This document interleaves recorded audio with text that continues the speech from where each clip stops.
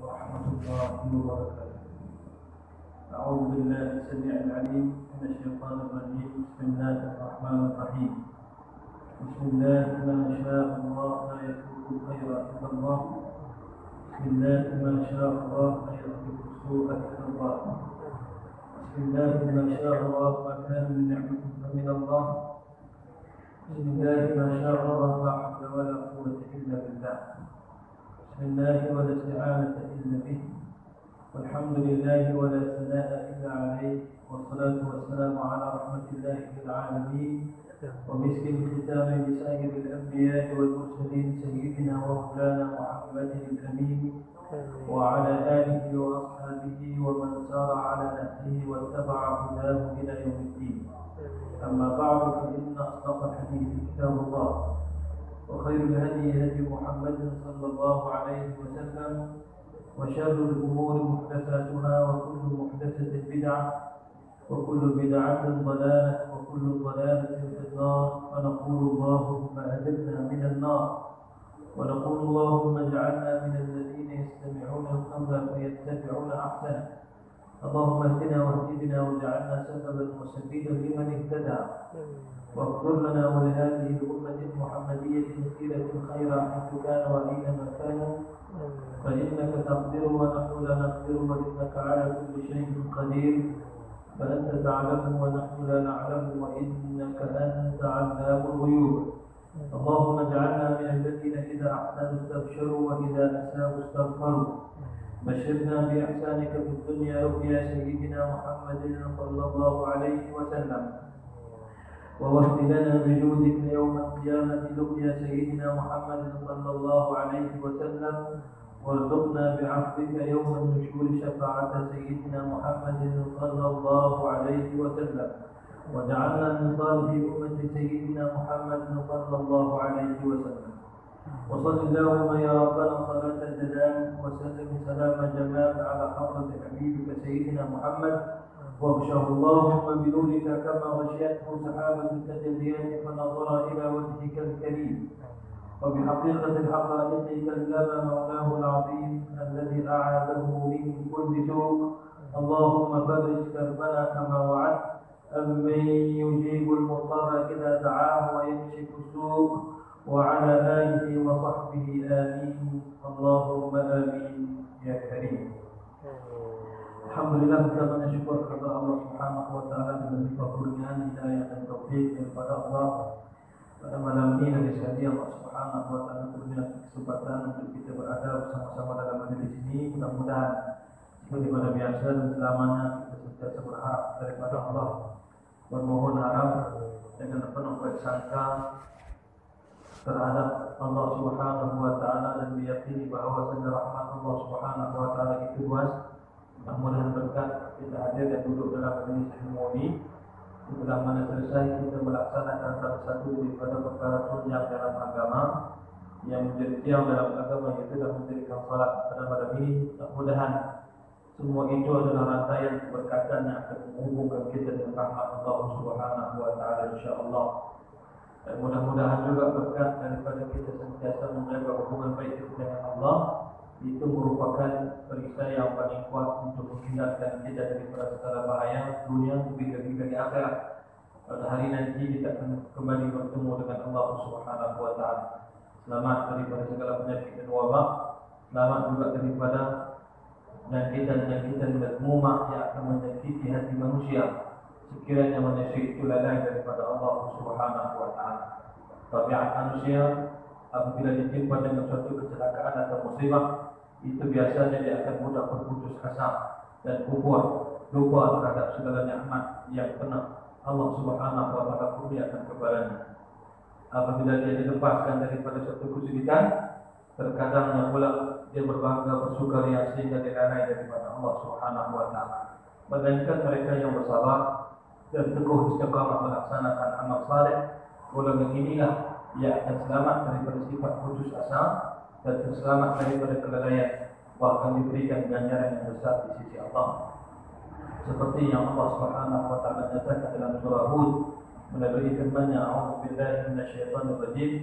Wa la in azaqna al-insana minna rahmatan thumma naza'naha min منه فإنه ليئوس كفور ولئن أذقنا الإنسان منا رحمة Allah menyatakan sekiranya kami kurniakan ketika mana kami limpahkan kepada manusia itu nikmat daripada kami, summa naza'naha minhu, kemudian kami tanggalkan atau kami ambil balik sebahagian daripada nikmat yang kami kurniakan, innahu la ya'usul kafur, manusia itu kerap kalinya ya'us, cepat berputus asa, sangat berputus asa, kafur, bahkan dia sangat kufur pada Allah Subhanahu wa taala.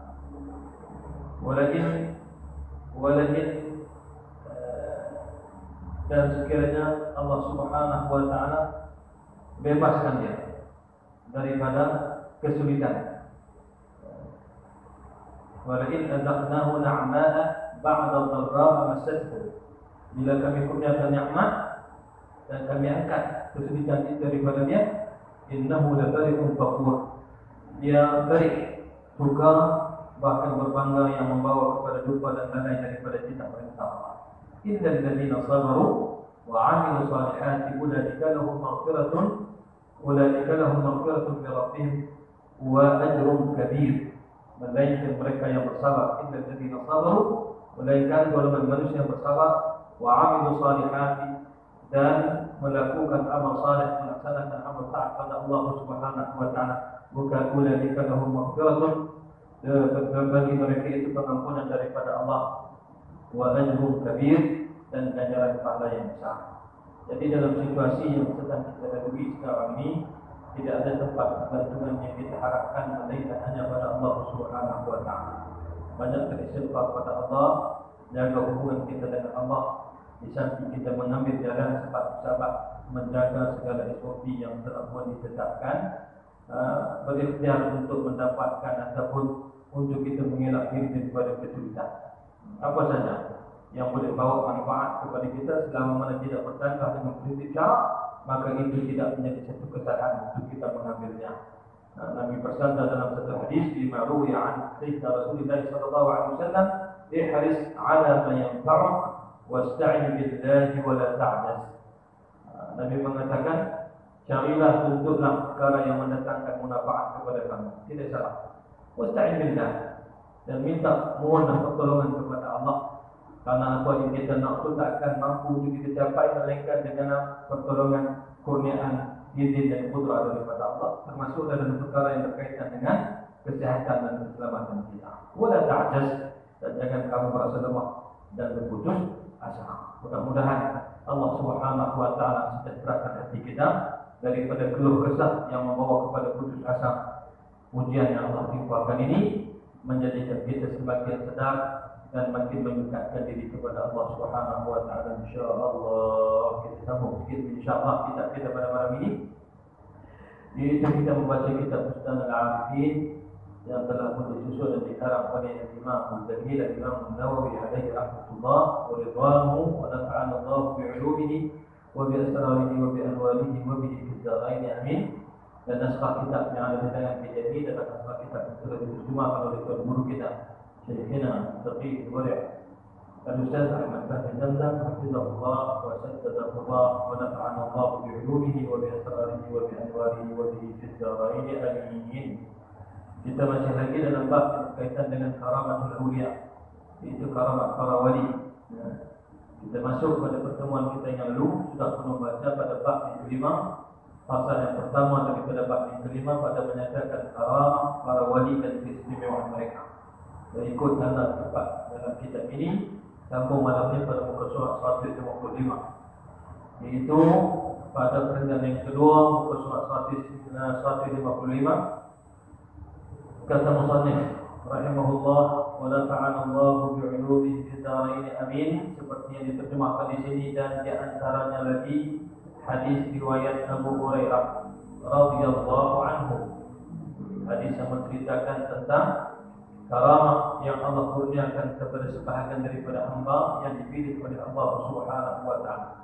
Pada pertemuan kita yang lepas, kita dah pun baca dan sudah pun kita melihat beberapa kenyataan yang dinyatakan di sini, termasuklah beberapa kenyataan yang barangkali sudah pun kita biasa mendengarnya berkenaan dengan adanya karamah para wali yaitu kemuliaan dan kelebihan, perkara-perkara yang mencari adat, perkara-perkara yang menyalahi daripada adat kebiasaan yang Allah kurniakan kepada para wali.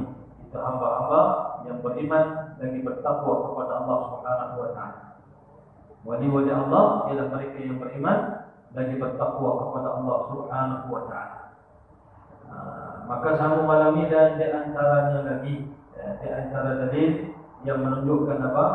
Sabitnya karamah para wali, yaitu hadis riwayat Sayyidina Abi Hurairah radhiyallahu taala anhu berkata, telah bersabda Rasulullah sallallahu alaihi wasallam, laqad kana fima qablakum min al-umami muhaddathun fa in yakun fi ummati ahadun fa innahu Umar, wa fi riwayatin qad kana fi man kana qablakum min bani Israil yukallamuna min ghairi an yakunu anbiya, atau kama qala alaihi salatu wassalam. Hadis riwayat Al-Imam Al-Bukhari. Hadis riwayat Al-Imam Al-Bukhari, boleh buka dalam Sahih Bukhari. Di bawah nota kaki itu dia bagi rujukan, yaitu rawahu Al-Imam Al-Bukhari radhiyallahu ta'ala anhu fi fadail as-sahabah, babu manaqib Umar. Dalam Sahih Bukhari bab yang berkaitan dengan kelebihan fadail as-sahabah, kelebihan para sahabat, itu khusus bab berkenaan dengan manaqib ataupun kelebihan Sayyidina Umar bin Khattab radhiyallahu ta'ala anhu. Bagi yang nak rujuk, boleh rujuk dalam kitab Sahih Bukhari. Tetapi apa yang dinyatakan di sini pada hadis yang kita bacakan tadi, apa maksudnya? Laqad kana fima qablakum min al-umami muhaddathun.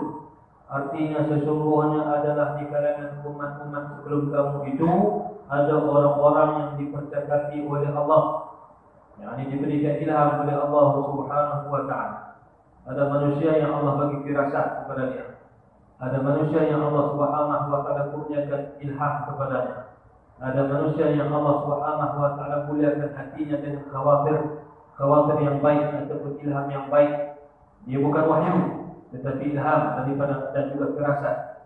Seperti mana dalam sebahagian riwayat yang lain disebut ittaqu firasatan mu'min fa innahu yanzuru bi nurillah. Ittaqu firasatan mu'min fa innahu yanzuru bi nurillah. Asal daripada Sayyidina Uthman bin Affan, beliau menyatakan ittaqu firasatan mu'min, hendaklah kamu berhati-hati dengan firasat orang beriman. Fa innahu, kerana sesungguhnya dia, yakni orang beriman, yang yanzuru bi nurillah, itu melihat dengan apa? Dengan cahaya ilham dan kurniaan daripada Allah Subhanahu wa taala.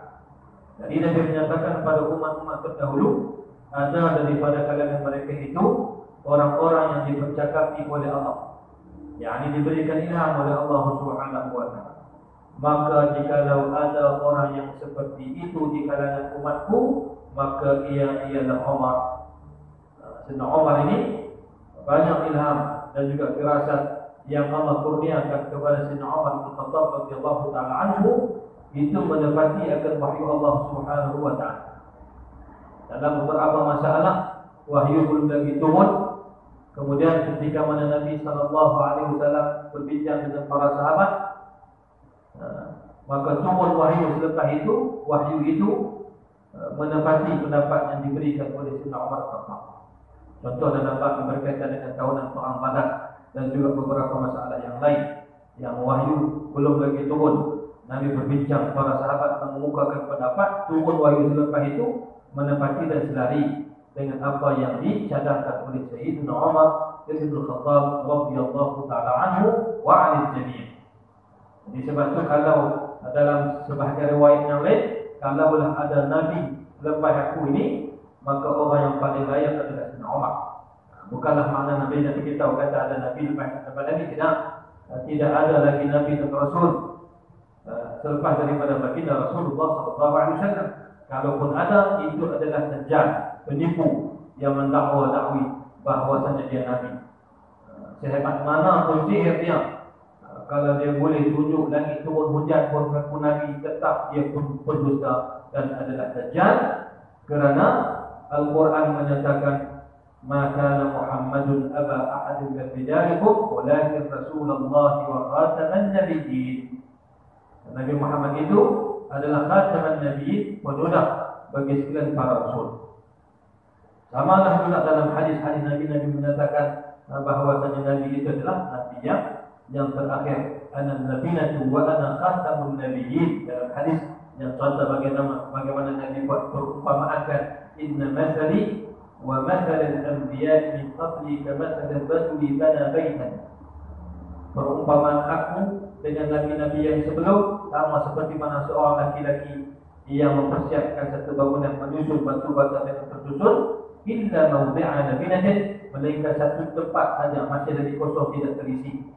Lalu apabila orang tengok bangunan itu semua memuji-mujinya, sangat kemas, cantik, lalu dikatakan cuma kurang satu saja, kalau boleh isi tempat kosong tu, maka lengkaplah bangunan ini. Maka Nabi kata, fa'ana labinatu wa ana khatamun nabiyyin. Akulah perumpamaan basta pelengkap bagi bangunan tersebut, yakni penutup bagi sekalian rasul yang diutuskan oleh Allah Subhanahu wa taala. Ina man idda'a an-nubuwwah wa risalata ba'da sidna Rasulullah sallallahu alaihi wasallam fa'lamu annahu kadzdzabun dajjal. Siapa yang mengaku kata Nabi atau Rasul selepas daripada baginda Nabi sallallahu alaihi wasallam, maka tak kira kalau rupa dia nampak bercahaya pakai sultan gambar, tetap dia itu adalah penipu dajjal wal iyad billah. Dari mumin haula. Nabi terakhir adalah baginda Nabi sallallahu. Tapi Nabi nak cerita tentang kelebihan Sayyidina Umar. Kalau selepas aku masih lagi ada Nabi, maka orang yang paling layak adalah Sayyidina Umar Khattab radhiyallahu ta'ala anhu. Bahkan Nabi memuji, Inna Allah ja'ala sidqa ala lisan Umar. Sesungguhnya Allah menjadikan ataupun Allah meletakkan kebenaran itu di atas lidah Sayyidina Umar Al-Khattab radhiyallahu ta'ala. Dalam hadis disebut tadi muhaddadun. Muhaddadun makna orang yang Allah Subhanahu wa taala berikan ilham, firasat. Itu juga sebahagian daripada karamah. Sebahagian daripada kurniaan dan kemuliaan yang Allah berikan kepada hamba-hamba yang saleh. Kemudian qad kana fi man kana qablakum. Dalam riwayat lain pula, sesungguhnya ada di kalangan umat-umat sebelum kamu, min Bani Israel, daripada kalangan Bani Israel, yukallamuna min ghairi an yakunu anbiya. Mereka itu adalah orang yang dipercakapi oleh Allah, tetapi mereka itu bukanlah dari kalangan Nabi. Allah kurniakan ilham kepada mereka. Tapi ilham itu bukan apa? Bukan wahyu. Karena wahyu dia yang dikatakan wahyu itu adalah apa? Adalah ilham ataupun adalah dia panggil satu perkabaran. Dia panggil al-i'lamul khafi, perkabaran yang secara tidak nyata. Tapi beza ilham yang Allah bagi pada orang saleh dengan wahyu yang Allah turunkan kepada para nabi dan para rasul alaihi wassalam. Jadi hadis ini hadis yang sahih menunjukkan bagaimana ada daripada kalangan manusia yang mereka itu Allah kurniakan ilham seakan mereka berinteraksi dengan Allah Subhanahu wa taala, illa annahum laysu anbiya. Cumanya mereka itu bukan nabi dan rasul yang diutuskan oleh Allah. Dan di antaranya lagi hadis yang masyhur di dalam kitab Sahih Bukhari yang dikarang oleh Al-Imam Al-Bukhari radhiyallahu ta'ala anhu wa 'an al-jami' dan lainnya yang menyebutkan kisah Khubayb Al-Ansari radhiyallahu anhu, seorang sahabat baginda Rasulullah sallallahu alaihi wasallam, di mana dalam kisah itu bint Al-Haris, anak perempuan Haris, berkata, demi Allah, aku tidak pernah melihat seorang tawanan perang yang lebih baik daripada Khubayb. Demi Allah, aku telah mendapatinya pada satu masa sedang memakan setangkai buah anggur, sedangkan pada ketika itu beliau masih diikat dengan rantai besi, dan pada ketika itu di negeri Makkah tidak ada sebiji pun buah anggur kerana bukan musimnya. Dan adalah bint Al-Haris itu berkata, sesungguhnya buah anggur itu semata-mata rezeki yang diberi khusus oleh Allah kepada Khubayb. Khubayb Al-Ansari ini cerita yang masyhur. Khubayb telah pun dibunuh di Makkah setelah mana ditawan. dalam peristiwa Al-Bajinah, ketika mana sekumpulan para sahabat yang orang-orang musyrikin Mekah telah membuat satu hilang. Mereka telah mengangkat utusan kepada Nabi, bagi tahu kata mereka dah memeluk agama Islam dan mereka perlukan orang untuk mengajar mereka. Lalu Nabi utuskan beberapa orang sahabat, termasuklah Umayyah dan beberapa sahabat yang lain. Tetapi sebenarnya orang-orang musyrikin telah berbuat hilang. Mereka telah menyerang ketika dalam perjalanan untuk membunuh para sahabat Nabi.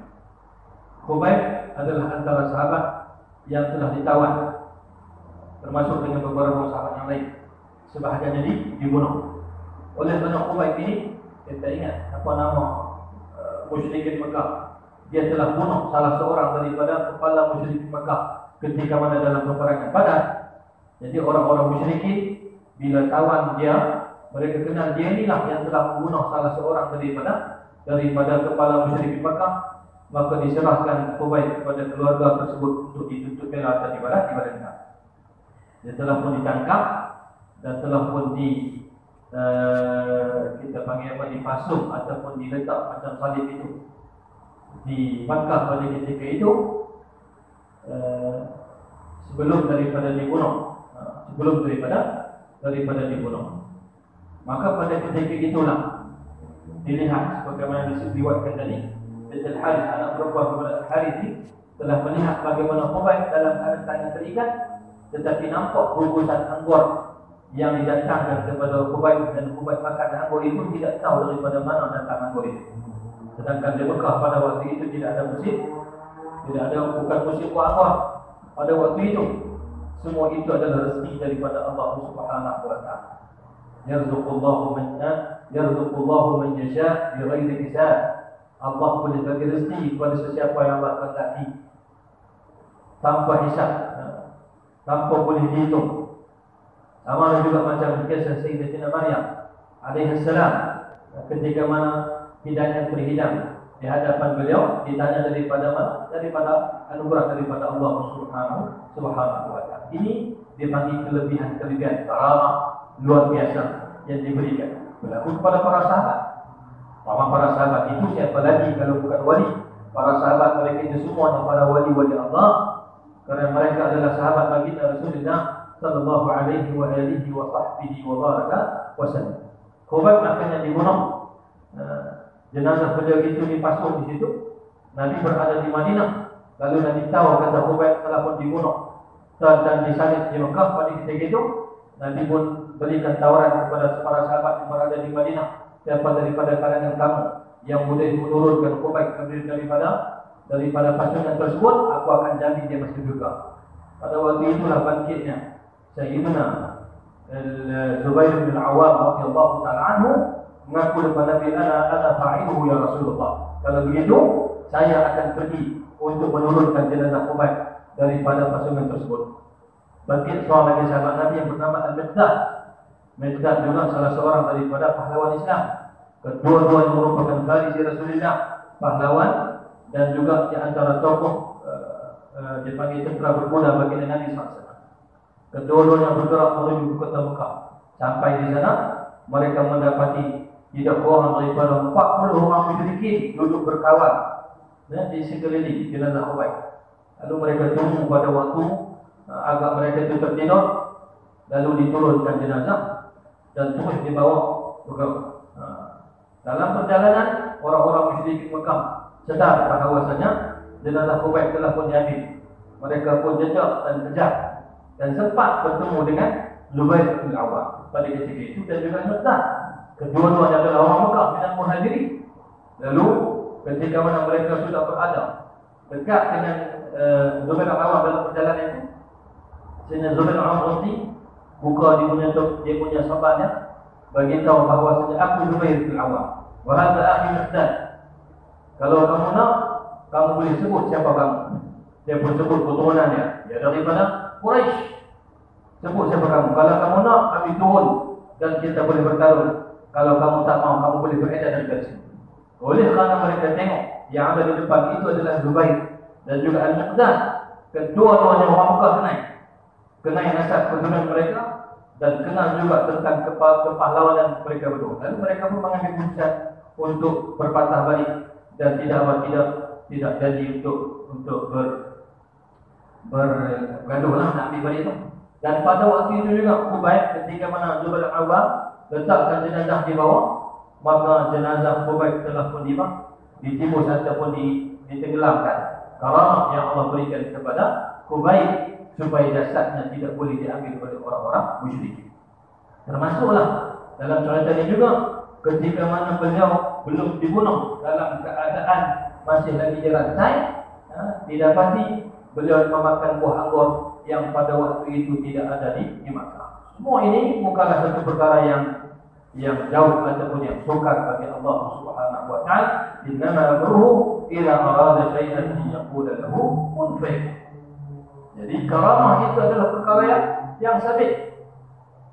Siapa-siapa yang ingkar kepada karamah itu merupakan apa? Perkataan yang tak perlu untuk kita ambil. Wa asbitan lil awliya karamah wa man nafa tambilan kalamah. Seperti yang disebut oleh Imam Al-Bukhari dalam Matan Jauhar radhiyallahu taala anhu, wa asbitan lil awliya karamah. Janganlah kau sabitkan bahawa ada sungguh bagi para wali itu karamah. Wa man nafaha tambilan kalamah. Siapa-siapa yang ingkar atau menafikan karamah, hendaklah kau lempar perkataannya itu, tak perlu untuk kamu ambil cakapannya itu. Karena karamah adalah perkara yang sabit dengan nas Al-Quran dan sunnah baginda Rasulullah sallallahu alaihi wa alihi wa sahbihi wa baraka wa sallam. Jadi hadis-hadis dan perkataan ulama as-salaf dan al-khalaf. As-salaf merujuk kepada zaman salaf, itu zaman 300 Hijrah selepas daripada kewafatan baginda Rasulullah sallallahu alaihi wasallam. Itu dibagi kurun salaf.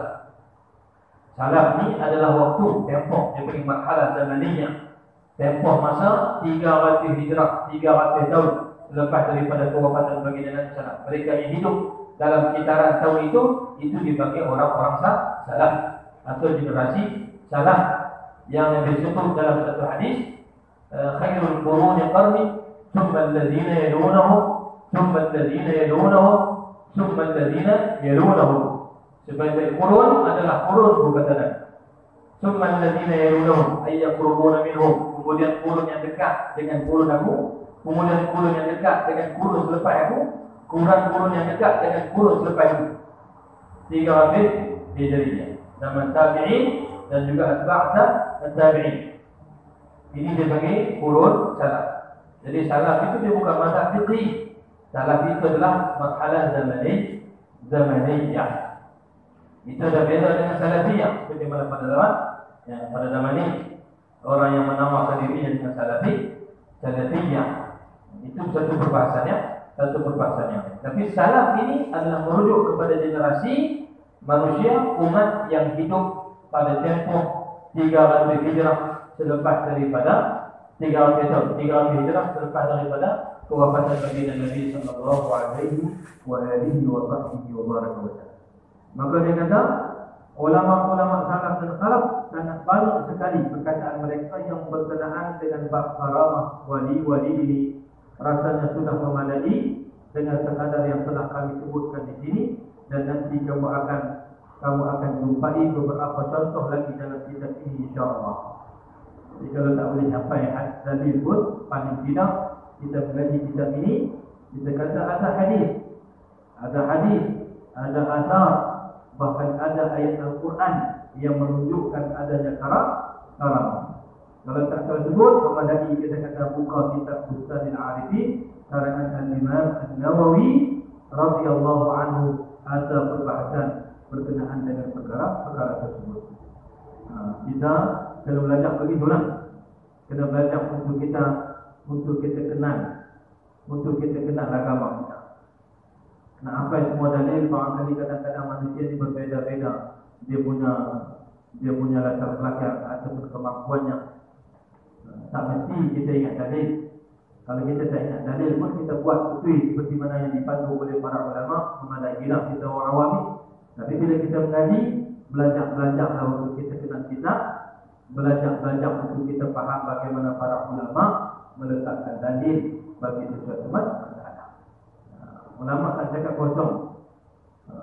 Walaupun kadang-kadang kita baca kitab, contoh orang kata baca kitab fiqh ni tak ada dalil, hanya turut perkataan para ulama. Kami tak mau. Kami nak Quran dengan hadis. Ini adalah kepelikan yang berlaku kepada mereka yang mendakwa bahawasanya mereka itu ahli hadis atau mereka itu nak kembali ataupun nak berpegang dengan Al-Quran dan hadis-hadis. Para ulama ketika mengarang kitab itu ada peringkat-peringkatnya.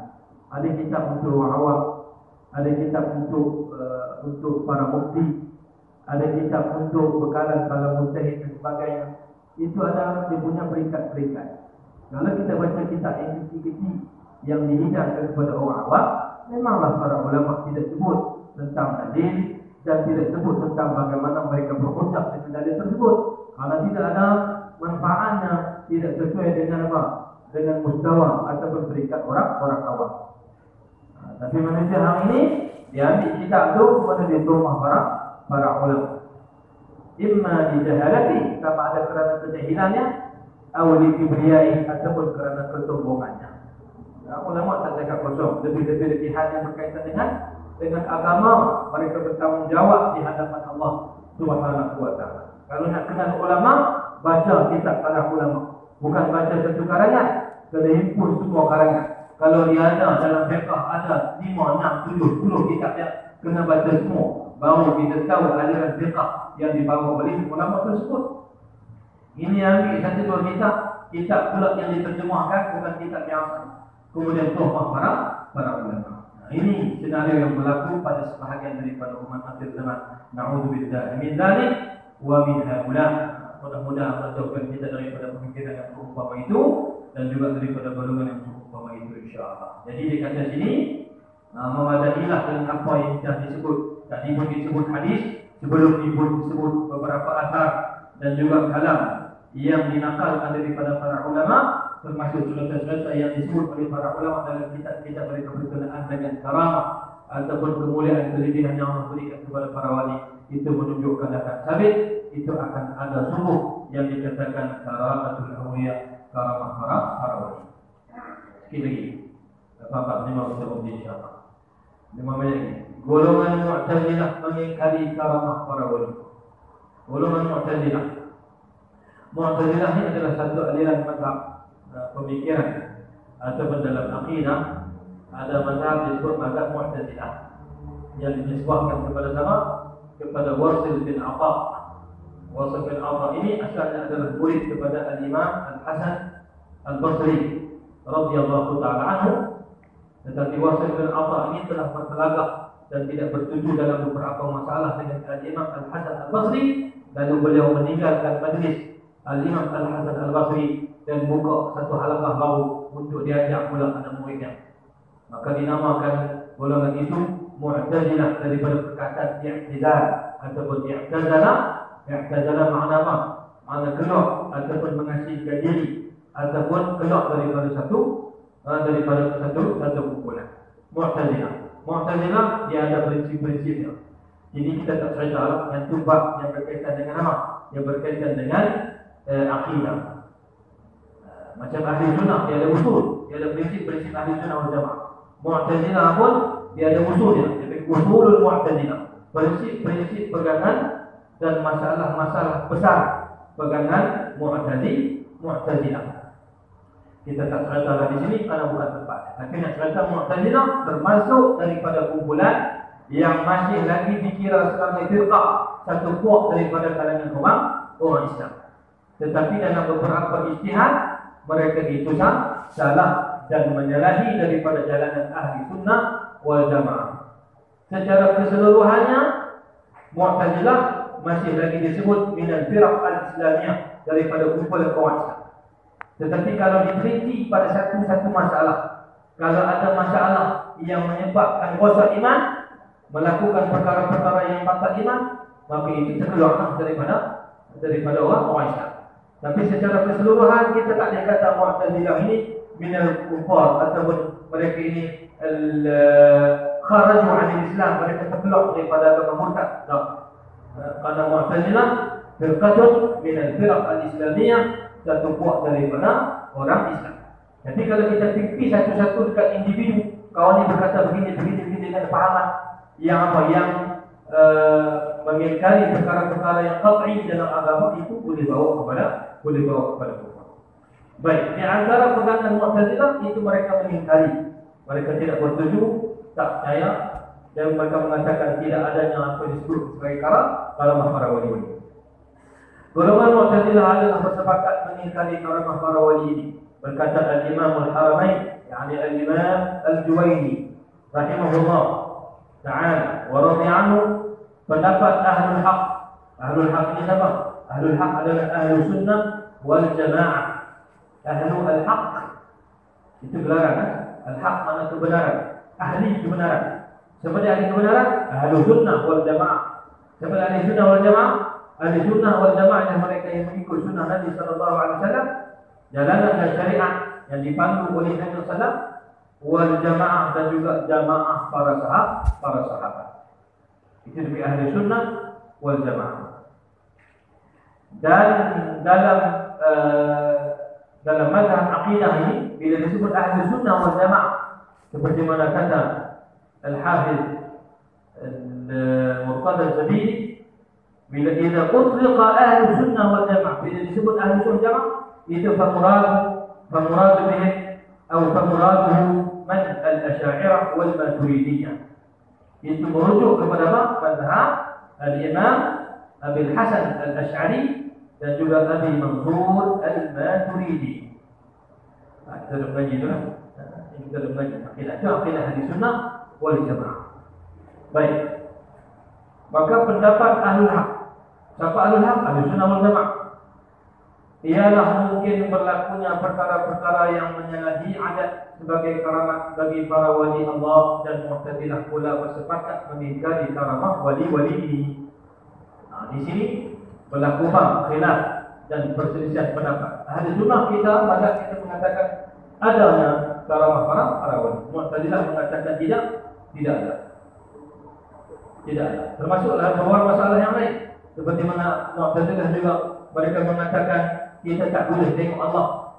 Mereka menafikan boleh melihat Allah. Dunia pun tak boleh, akhirat pun tak boleh. Tidak seperti mana sunnah. Sunnah mengatakan di dunia kalau Allah nak pergi tengok, boleh tengok. Tapi Allah tak izin kita tengok dia dulu. Tapi dalam surga di akhirat, itu sabit dalam Al-Quran dan juga dalam hadis, boleh melihat Allah Subhanahu wa ta'ala dengan hujah-hujah daripada Quran dan juga hadis. Mu'tazilah pun ada juga hujah daripada Quran dan hadis yang mereka takwil supaya sesuai dengan kefahaman ataupun pegangan mereka. Jadi di antara puak yang ingkar kepada karamah para wali adalah puak Mu'tazilah. Kita ahli sunnah beriman bahawasanya ada karamah para wali. Kemudian di kalangan ahli sunnah pula ada yang mengatakan bahawasanya karamah wali itu disyaratkan ianya bukan diminta oleh orang lain atau dikehendaki oleh wali Allah, dan inilah yang membedakan antara karamah dan juga mukjizat. Apa beza karamah dan mukjizat? Karamah ini Allah berikan kelebihan. Allah berikan kelebihan dan dia tidak mendakwa apa-apa pada dirinya. Berbeda dengan mukjizat.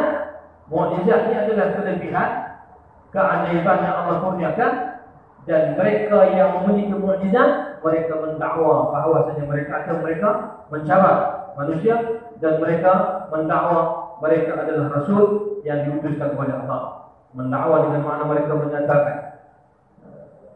Karamah dengan mukjizat ini beza apa? Beza ialah mukjizat itu kepada para nabi yang mereka bagi tahu mereka nabi, dan mereka cabar manusia dengan mukjizat yang Allah berikan kepada mereka. Tapi karamah tidak. Karamah bukan makna mesti dia kata aku wali, hamba kena beriman aku wali kerana aku berkaramah, tidak begitu. Tapi perkara-perkara yang berlaku dalam mukjizat harus berlaku pada karamah. Mukjizat Nabi Allah Ibrahim tak tersentuh oleh bakaran api pernah berlaku juga pada zaman khalifah. Pada zaman khalifah Abu Bakar As-Siddiq radhiyallahu ta'ala anhu, seorang laki-laki daripada Yaman yang ditangkap oleh nabi palsu pada waktu itu, dibakar hidup-hidup, tetapi tubuhnya tidak terbakar. Itu karamah. Jadi apa yang harus berlaku pada mukjizat harus berlaku pada karamah. Cuma beza karamah itu kepada para wali, mukjizat kepada para rasul, dan mereka mengakui mereka itu adalah rasul daripada utusan Allah Subhanahu wa taala. Itu maksud tadi tu. Orang lain dikehendaki oleh wali Allah. Dia kata wali Allah dan yang membedakan ialah bahawasanya karamah wali itu disyaratkan yang bukan diminta oleh orang lain atau dikehendaki oleh wali Allah. Orang tak sabar dia. Macam Nabi orang sabar, kalau benar kamu Nabi, tunjuk kamu punya mukjizat. Tetapi wali tidak disabar begitu, dan mereka pun tidak mengaku bahawa mereka itu wali. Waliknya lah betul lah. Ada kerap sangat ke wali bukan wali. Kalau wali semua tidak begitu. Tidak, kerana mereka beramal bukan untuk mendapat karamah. Mereka beramal kerana Allah Subhanahu wa taala. Maka Allah kurniakan karamah itu sebagai kemuliaan yang Allah berikan balasan kepada mereka. Tapi kalau orang belajar ni ada nak dapat satu keajaiban, maka selamalah dia tidak akan mendapat karamah daripada Allah. Kalaupun ada perkara-perkara yang pelik dan hebat, itu bukan karamah, itu dia istidraj, satu kehinaan yang Allah timpakan kepadanya. Na'udzubillah min dzalik. Ada masalahnya. Kita habis di bawah. Dan ada pula di kalangan ahli sunnah yang mengatakan bahawa karamah wali-wali itu boleh terjadi dengan dikehendaki oleh seorang wali, tetapi bukan untuk mengukuhkan kedudukan kewaliannya. Bukan kerana dia nak buktikan dia wali. Sehingga kalau ada seorang yang mengaku menjadi wali, lalu dia membuktikan kewaliannya itu dengan sebarang perkara yang gambir sebagai karamahnya, maka perkara ini tidak dapat diterima, kerana dia yang mencabar kedudukan mukjizat bagi para rasul. Jadi kalau ada wali dikata aku wali, ini mukjizat aku, bahasa itu tak kena. Kenapa? Karena bahasa itu adalah bahasa para rasul. Para rasul dia akan tunjuk mukjizat untuk membuktikan kata sungguh baginda adalah rasul yang diutuskan oleh Allah Subhanahu wa taala.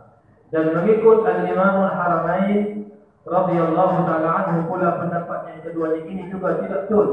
Kerana walaupun membuktikan kewalian yang dengan membawa satu karamah itu perkara yang tidak disukai, namun hal ini bukan bermakna bahawa tidak akan wujud karamah itu dalam bentuk memenuhi cabarannya. Ini khilaf di kalangan para ulama. Cuma kita nak faham di sini dekat soalan dia apa beza karamat dan juga mukjizat? Karamat Allah kurniakan kepada para wali. Dia tidak dicabar oleh manusia dengan karamahnya itu, tetapi mukjizat dikurniakan kepada para rasul dan dicabar oleh manusia. Lalu dikemukakan mukjizat untuk melemahkan manusia, membuktikan tentang kerasulannya. Dan ada pula kalangan ahli sunnah yang berkata bahawa apabila mukjizat yang telah sabit bagi seorang rasul, maka hal yang sama tidak boleh menjadi karamah bagi seorang wali. Ini satu kaul. Kita bagi kaedah tadi kan majaza lil mu'jizati jaza lil karamah. Tapi ada kaul mengatakan perkara yang berlaku pada mukjizat yang itu tak berlaku pada karamah. Ada membedakan di antara mukjizat dan karamah. Walil hadis baqiyah, dan cerita ini ada lanjutan, insya-Allah kita akan sambung pada pertemuan yang akan datang. Ada perkara yang kedua tu soal 158 kita akan sambung balik nanti, dan ada pula di kalangan ahli sunnah yang berkata wallahu a'lam wa sallallahu ala sayyidina Muhammad wa ala alihi wa sahbihi wa baraka wasallam. Allahumma innana nahmaduka ala kulli hal wa na'udzu bika min hal adna. Allahumma fa'alna bima 'allamtana wa 'allimna ma yanfa'una wa zidna 'ilma ya rabbal alamin. واهدنا كلنا يا ربنا الى سواء السبيل. اللهم ارنا الحق حقا وارزقنا اتباعه وارنا الباطل باطلا وارزقنا اجتنابه. اللهم اجعل اسرار مشايخنا سارية فينا وانت راض عنا ورحم بنا واتنا الحكمة من لدنك ومن يؤت الحكمة فقد اوتي خيرا كثيرا وما يذكر الا اولو الالباب. اللهم ارزقنا تقواك واكرمنا به واجعل لنا من النوازل مخرجا وارزقنا رزقا حلالا طيبا مباركا فيه من حيث لا نحتسب واكفنا توكلا عليك فانت حسبنا وانت البالغ لامورنا انك على كل شيء قدير وكان امرك قدرا مقدورا بحق قولك الحق. ومن يتق الله يجعل له مخرجا ويرزقه من حيث لا يحتسب ومن يتوكل على الله فهو حسبه ان الله بالغ امره قد جعل الله لكل شيء قدرا. اللهم ربنا عليك توكلنا وإليك أنبنا وإليك المصير. عافنا كلنا من كل سوء واحفظنا من كل مكروه في الدين والدنيا والآخرة يا رب العالمين. آتنا في الدنيا حسنة وفي الآخرة حسنة وقنا عذاب النار. وصلى الله على سيدنا محمد وعلى آله وصحبه أجمعين. وآخر دعوانا الحمد لله رب العالمين. والسلام عليكم ورحمة الله وبركاته.